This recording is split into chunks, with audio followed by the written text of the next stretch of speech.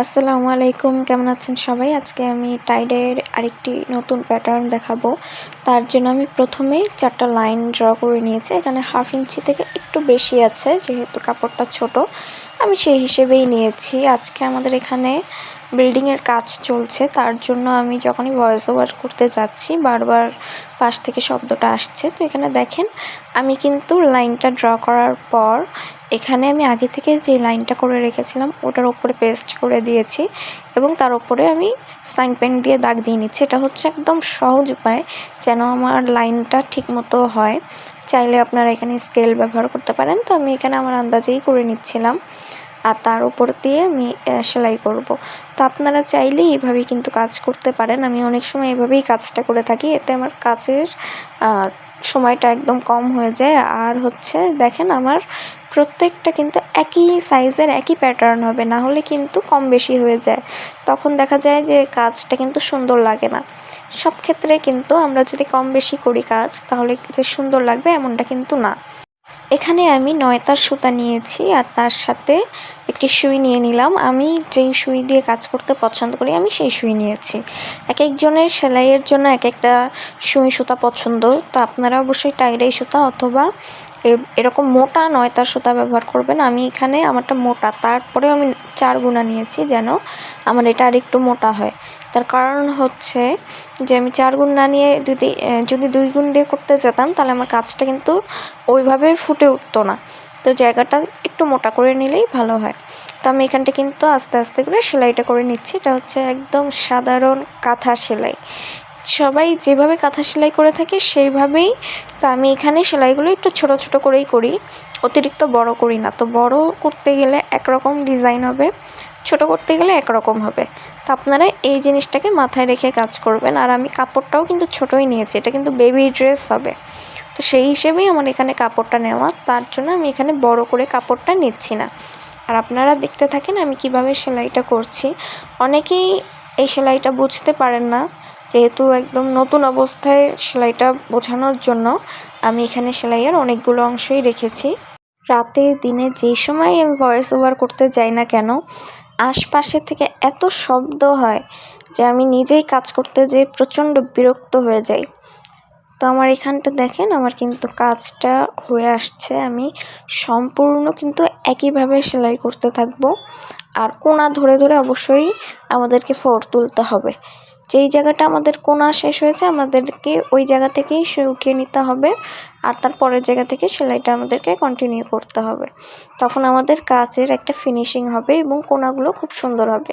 যেটা যেরকম আছে এটাকে ওভাবেই করতে হবে। কোণা ধরে ধরে যেরকমই প্যাটার্ন হোক, সেটা 3 কোণা হোক, 4 কোণা হোক, জিগজ্যাগ হোক, ওইখানে ওভাবেই টান দিতে হবে। তো দেখেন আমার এখানটা কিন্তু প্রায় হয়ে গেছে এবং ওপরের অংশ কিন্তু আমি টান দিয়ে নিয়েছি। তো এই জায়গাটা আমার আরও 2টা লাইন রয়ে গেছে। তো আমি এখানকার এই যে লাস্টের সেলাইটা করে নিচ্ছি। যে অনেকের হতে পারে যে ওপরে বেঁধে নেওয়ার পর আমি নিচে কিভাবে করব, তো নিচেও করা যায়, কোনো সমস্যা হয় না। তো উপরের জায়গাটা একটু কুঁচকে থাকলেও নিচের জায়গাটা তো একদম খোলাই থাকে, তো তখন আমাদের সেলাই করতে কোনো সমস্যা হবে না। আমি এভাবে অনেক কাজ করে থাকি, দেখা যায় একটু একটু জায়গা থাকে, আমি ওই দিক দিয়েই যেহেতু দাগ দেওয়াই ওইটার উপর দিয়ে আমি সেলাই করতে থাকি। আমার কাজটা যেন দ্রুত হয় সেটার হিসেব করে। এখানে কিন্তু আমার প্রায় কাজ হয়ে এসেছে। এবার কিন্তু আমি সুতোগুলোকে ধরে ধরে টান দিব। আর জিগজ্যাগ প্যাটার্নে সুতা টান দিতে যে অনেক কষ্ট হয়ে যায়, তার জন্য সুতাটাকে যখন আমরা পাশাপাশি রাখছি, এখানে 1/2 ইঞ্চি থেকে একটু বেশি আছে, একদম কম না, 1/2 ইঞ্চিও না, 1/2 ইঞ্চির একদম কম না, একটু বেশি আছে। তো এই 2টা সুতাকে একসাথে ধরে টান দিতে হবে। একসাথে ধরে টান দিতে গেলে হবে কি, যে 2টাতে একসাথেই কিন্তু কুচিটা হবে, নাহলে একটা সাইড টান দিতে গেলে আরেকটা সাইডে যেয়ে কিন্তু খুব কষ্ট হয়ে যায় সুতাটাকে টানতে। আর এটা কিন্তু জিগজ্যাগ আছে, সুতাটা একদম সোজা লাইন নাই, তার জন্যই এটাকে টানতে বেশ কষ্ট হয়ে যায়। তো আপনাদেরকে এই জায়গাটাকে অবশ্যই লক্ষ্য রেখে করতে হবে। আর যদি আপনারা এইভাবে সুতা টান দিতে না পারেন, তো পেছনের সাইডে যে আরেকটা গিঁট দেওয়া, ওই সাইডের সুতা ধরেও টান দিতে পারেন। তো আমার এই জায়গাটা আমি পেছনের দিক দিয়েও সুতা টান দিয়েছি, যেখান থেকে আমি পেয়েছি ওই জায়গা দিয়ে আমি সুতা টানাটানি শুরু করে দিই। আর অবশ্যই লক্ষ্য রাখি গিঁটটা যেন খুব শক্তপোক্তভাবে দেওয়া হয়। গিট যত শক্ত হবে আমাদের ডিজাইনটা কিন্তু ওইভাবেই ফুটে উঠবে, না হলে কিন্তু আমাদের এই সেলাইয়ের ভেতর দিয়ে রংটা ঢুকে যাবে। রংটা ঢুকে যাওয়ার পর আমাদের কাজ একদমই নষ্ট হয়ে যাবে। আমাদের কাজ যেন নষ্ট না হয় তার জন্য অবশ্যই খুব আস্তে আস্তে কাজ করে যেতে হবে। আর আমার এখানটা কিন্তু প্রায় হয়ে এসেছে, একদম লাস্ট পর্যন্ত আমি টেনেছি। টানার পর যেহেতু আমার এটা 4 গুণ সুতা, তো দুইটা করে আমি 2 সাইডে নিয়ে নিয়েছি। আর এখানটা আমি গিট বেঁধে নিচ্ছি শক্তপোক্ত করে। সবগুলো সুতাই আমি কিন্তু এভাবে বেঁধে নিব। আর এখন কিন্তু আমি রঙের দিকে চলে যাচ্ছি। সম্পূর্ণ বাঁধার পর আমি এটাকে কিন্তু ঠান্ডা পানিতে ভিজিয়ে নিয়েছিলাম। আর আমি এখানটা গরম পানি নিয়ে নিচ্ছি। আর আমি এখানে আমার পরিমাণ মতো রং দিয়ে নিচ্ছি। যেহেতু আমার ছোটো টুকরা, তো আমার এখানে অতিরিক্ত রঙের তো কোনো প্রয়োজন নেই। তো আমি এখানে আধা চামচ রং নিয়েছি, এটা আধা চা চামচ। তো আধা চা চামচ আমি রং নিয়ে এখানে গরম পানি দিয়ে আগে মিশিয়ে নিচ্ছি। তো রংটা আর কেমিক্যালটা আলাদা করে মিশিয়ে নিলে কিন্তু সহজ হয় রংটা মিশতে, না হলে দেখবেন কাজ একদম নিচে অতিরিক্ত গোটা গোটা রয়ে যায়, আর ওটা মিলাতে বেশ কষ্ট হয়। তো আমি এখন কেমিক্যাল আর রং আলাদা আলাদা করে তৈরি করে নিই।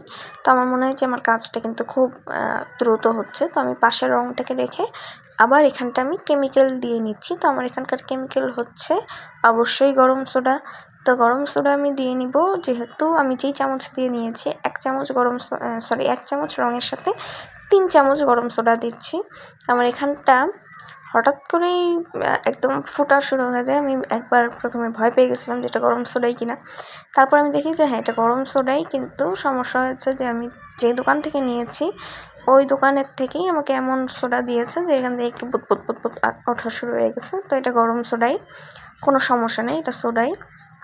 এরকমও যদি কারোর বুদবুদি ওঠে তো এতে ভয় পাওয়ার কিছু নাই। আমি এটাকে বারবার চেক করে নিয়েছি এবং কাজ করার পর আমি কাপড়টা কিন্তু ওয়াশ করেছি। আমার কাপড়ে কোনোই সমস্যা হয় নাই। তো আমি এটাকে ভালোভাবে নাড়াচাড়া দিয়ে মিশিয়ে নিচ্ছি। আর তারপর আমি এটার ভিতরে কিন্তু রঙটাকে মিলিয়ে দিব। আর রং মিলানোর আগে অবশ্যই কেমিক্যালটাকে খুবই ভালোভাবে মিশিয়ে নিতে হবে। আর তারপর আমি এখানটায় এই যে রঙটাকে মিলিয়ে নিব ভালোভাবে, নাড়াচাড়া দিয়ে। মাঝে আমার কারেন্ট চলে গেছিলো, এর জন্য আমি এটাকে একটু সরিয়ে রেখেছিলাম। তো আমার এটা কিন্তু প্রায় হয়ে এসেছে। এখানে দেখেন আমার রঙটা কিন্তু ছেঁকে নিলাম। তো আমি 2-3 মিনিট রঙটাকে রেখে দেওয়ার কারণে এটা হয়েছে কি একদম ভালোভাবে নিজে থেকেই মিশে গেছে। যখন আমি একটু নাড়াচাড়া দিলাম তো এটা কিন্তু খুব দ্রুত মিলে গেল। আর আমি এখানে কিন্তু একটুখানি গরম পানি পাশে রেখে দিয়েছিলাম। এটা কিন্তু কেমিক্যাল গোলাই পানি, মানে এটা গরম সোডা দিয়ে তৈরি করাই পানিটা। তো ওটা আমি একটু সাইডে রেখে দিয়েছিলাম যেন আমার এই বাটিটাকে ওয়াশ করে আমি নিতে পারি, আর আমার রঙটা যেন ওয়েস্ট না হয়, আর তার সাথে আমার বাড়তি পানিও ব্যবহার করা লাগছে না। তো আপনারাও এই টেকনিকগুলো ফলো করতে পারেন। তো আমার এখানটা কিন্তু সব ছেঁকে চুকে নিয়ে নিচ্ছি। আর পরের পানিটাও আমি দিয়ে দিলাম। এটা হলো গরম সোডার পানিটাই। তো আমার এখানে কিন্তু রঙটা হয়ে গেছে। এই পর্যায়ে আপনাকে একটু রঙটা আরেকটু মিলিয়ে নিতে হবে, যেহেতু আমার এখানে কেমিক্যালটা রঙটা মাত্র দেওয়া হয়েছে, তো এটা একটু মিলিয়ে নিলে ভালো হয়। ভালো করে নাড়াচাড়া দেওয়ার পর আমি এখানে কিন্তু রঙটা দিয়ে দিব। আর আমি যে চামচটা দিয়ে নাড়ছিলাম ওইটা রাখতে যেয়ে দেখি একদম ডুবে গেছে, ডুবে যেয়ে আমার কাজ আরও বাড়িয়ে দিল। তো আমি এখানটা কাপড়টা দিয়ে দিয়েছি। কাপড়টা দেওয়ার পর এখন ভালোভাবে এটা কিন্তু নাড়াচাড়া দিতে হবে যেন উপর এবং নিচ খুব ভালোভাবে মিশে যায়। আর এটা কিন্তু ম্যাজেন্টা কালার। এই ম্যাজেন্টা কালার কিন্তু খুবই সুন্দর হয়েছে। যখন আমি কাজটা করে ওয়াশ করি আমার কাছে খুব ভালো লাগে। আমি এতটাও সুন্দর কালার হবে এটা আশা করি নাই, কারণ অনেক সময় হয় কি আমাদের প্রুশিয়ান কালার কয়েকটা কালার সুন্দর আসতে চায় না। আপনারা ভালো দোকান থেকে নেবেন, 1 নাম্বার রং নেবেন, তখন আপনাদের কাজ কিন্তু খুব সুন্দর হবে। আমার এখানে কিন্তু একদম মন মতো একটি কালার এসেছে। আর এই কাজটা কিন্তু সামনে থেকে আরও সুন্দর হয়েছে। কালারটা খুবই ব্রাইট এবং খুব আকর্ষণীয় একটি কালার। তো আমি এটাকে ডুবিয়ে রেখে দিচ্ছি। এর ফাঁকে কিন্তু আমি কয়েকবার নাড়াচাড়া দিব। আমি এইভাবে রাখবো কিন্তু 2 ঘন্টার মতো রঙের কাপড়টা। আপনারা চাইলে 1 ঘন্টাও রাখতে পারেন। তো আমি 2 ঘন্টাও রাখি, 3 ঘন্টাও রাখি। অনেক সময় এমন হয় যে আমি কাজ করতে ঘুমিয়ে গেছি, ওইভাবে 8-9 ঘন্টাও রয়ে গেছে। তো এটা কোনো সমস্যা না, এখানে ভয়েরও কিছু নাই। তো আমি এখানে কিন্তু রঙটা থেকে উঠিয়ে নিয়েছি। আর রং থেকে উঠানোর পর আগে সুতা খোলার আগে আমি খুব ভালোভাবে ওয়াশ করে নিচ্ছি। আর আপনারা দেখতে পাচ্ছেন যে ম্যাজেন্টা কালারটা কি সুন্দর হয়েছে।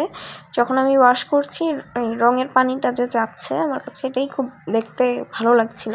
অনেক কালার কিন্তু এরকম হয় না, আমি এরকম খুব কম কালারই দেখেছি যে কাজ করার সময় এত সুন্দর একটি কালার হচ্ছে।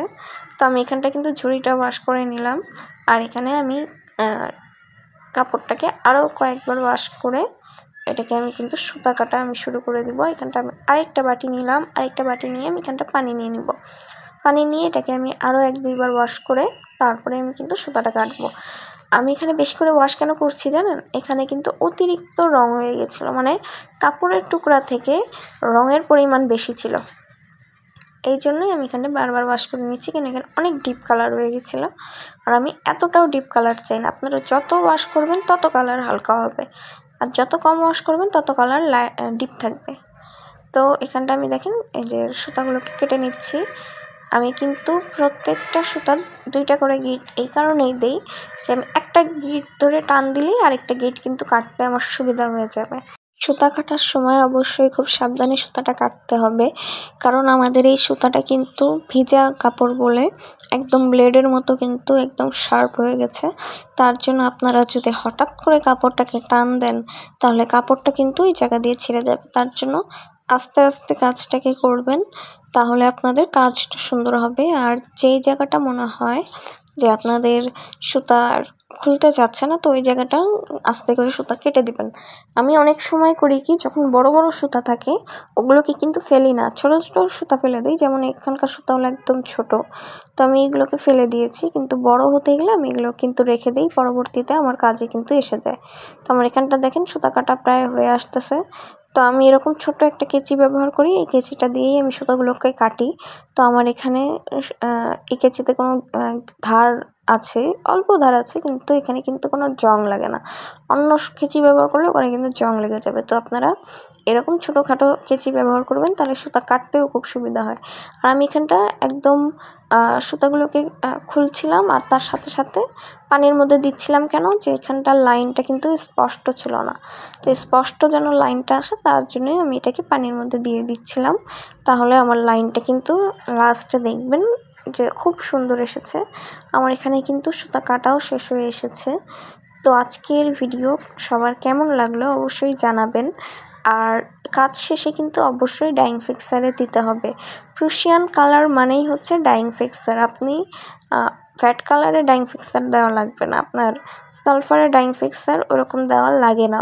যদিও অনেক সময় কালো রঙটা উঠে যায়, তারপরেও দেওয়া লাগে না, কিন্তু অবশ্যই আপনাকে প্রুশিয়ান কালারে ডাইং ফিক্সার দেওয়া লাগবে। দেখেন আমি সুতাটা যখন খুলেছি তখন আরও রং বের হওয়া শুরু হয়ে গেছে, যেই জায়গাটা সুতার জন্য আটকানো ছিল ওই জায়গা দিয়েও আমার কিন্তু রংটা বেরোচ্ছে। আর এটা কিন্তু হচ্ছে আমার কাজটা, যেহেতু কাপড়টা এখনও ভিজা তার জন্য লাইনটা খুব হালকা মনে হচ্ছে, কিন্তু কাপড়টা শুকানোর পর কাজটা কিন্তু স্পষ্ট বোঝা যাবে। আর আমার যেহেতু এখানে রং আমি বেশি দিয়েছি তার জন্য আমি এখানে বেশি করে ওয়াশ করছি। আপনারা কম রং দিলে হালকা ওয়াশ করবেন, এত ওয়াশ করার প্রয়োজনও হবে না, তখন 2-3টা ওয়াশ দিলেই হয়ে যায়। আমি অনেকগুলো কাপড়ে 2-3টাই ওয়াশ দিই, কারণ আমি চাই ওই জায়গাতে আমার কালারটা আর একটু ডিপ হোক। আর এখানে যেহেতু আমার কালারটা আমি লাইটই চাচ্ছি বেবি ড্রেসের জন্য, তো আমি এই জন্য এটাকে খুব ভালোভাবে ওয়াশ করে নিয়েছি। তো এখানটা আমার কিন্তু প্রায় হয়ে এসেছে, তো আমি এটাকে ভালোভাবে ওয়াশ করে আমি এখানটা কিন্তু ডাইং ফিক্সারে দিয়ে দিব। ডাইং ফিক্সারটা আমি খুবই কম ব্যবহার করেছি, আধা চামচের মতো। তার কারণ হচ্ছে আমার তো কাপড়টাই ছোট অবশ্যই, আর বড় কাপড় হতে গেলে 2-3 চামচ দিবেন, আর 1 পিস হতে গেলে 1 চামচ, এটা ওড়না হতে গেলে 1 চামচ, কামিজ হলে 1 চামচ, তাহলেই আপনার কিন্তু সহজে পরিমাণটা বুঝতে পারবেন।